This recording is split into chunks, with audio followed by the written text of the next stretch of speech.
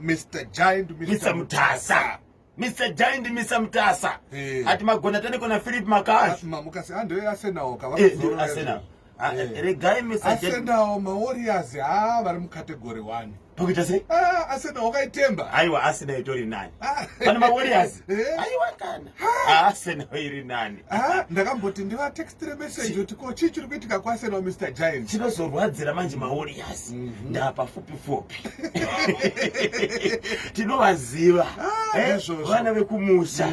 Apo unenge wakatemba kuti tikaita win apa. Tine mukana hakuna. Sekuru Gudo vaizvitawo sei? Isata sekuru Gudo vanopapurira mugedhi kana kuti madefenders. Vanenge vakarangana. Vanhu vakarwadziwa. Vanhu vanofamba vachitaura vega. Vanhu vakarara nebhutsu. Musaite. Pari kuda uyu wekudynamos uyu. Upi? Mundikumbuki.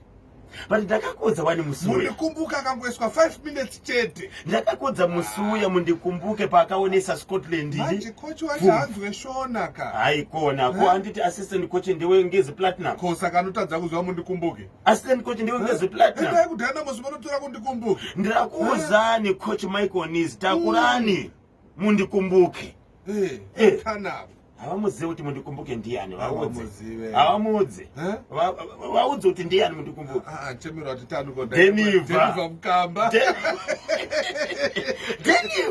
Deniva ndiwe money game ndizvozvo Deniva ndiwe kungomuisira kuti akaka 5 waya kako tiri kuda win ndizvozvo amai Deniva uwodzeyo mushamwari yako yo shamwari yangu ali Wally 10 aita sei kochi ndisikuziva kutaura chokwadi Philip ka kuti nyaya yekutora zvinodhaka here kana kuti chii akabuda wani pavidhio achiti vanhu vanotaura kuti inini ndinotora zvinodhaka ndinotora zvinodhaka uye munditese mundione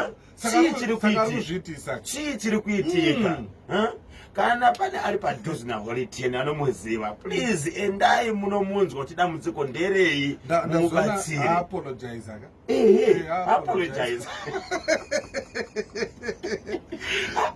akabudisire album gore nokuti kazhinji kacho kamuona achidai kuti para album iri pafupi nakubura wazvidi kani vanhu manje vanozokusiya apa munongotonichi nedambudziko hombe vakapinda hanzi anonzi Nana anonzi yani wakenda unoona kuSouth Africa I'm not sure about the name. Basi vakapinda wense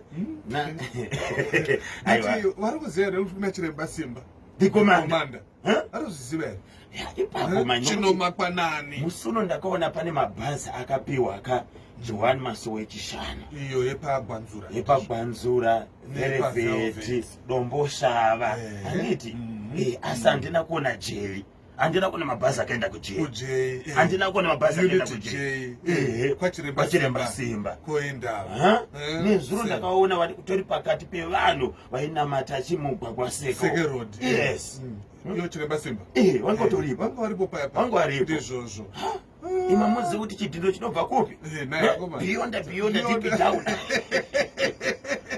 ndoka chinobva ndiudzirewo ka honorable minister Mona Felix Mona uda kuatenda aiwa nditogwadama nditogwadama ndikumbira nasiva issue statement yokuti kudini yekutaura pamusoro pemabasa ari kuitwa neSecond Republic yes inotungamirirwa naMnangagwa President Dr. Idi Mnangagwa vakati iwo izvozvi pane zvirongwa zvakawanda Vision 2030 inofanirwa kunge yasvika vasina dunhu kana nharaunda yasara kumashure toda kuisa migwagwa nharaunda dzese asi basa iroro rakatora nguva yakareba pasina kumboitwa sei pasina kuitwa basa saka toziziva kuti vanhu vari kutika ngoma ngakarire kari kusaidi kwangu asi vari kuita kochi inizvozvizvi miraka iwo vaissuwa statement iwewo neni tinonzi tiri 4th estate ndizvo 4th estate yehurumende tinototeererwa kana chitaura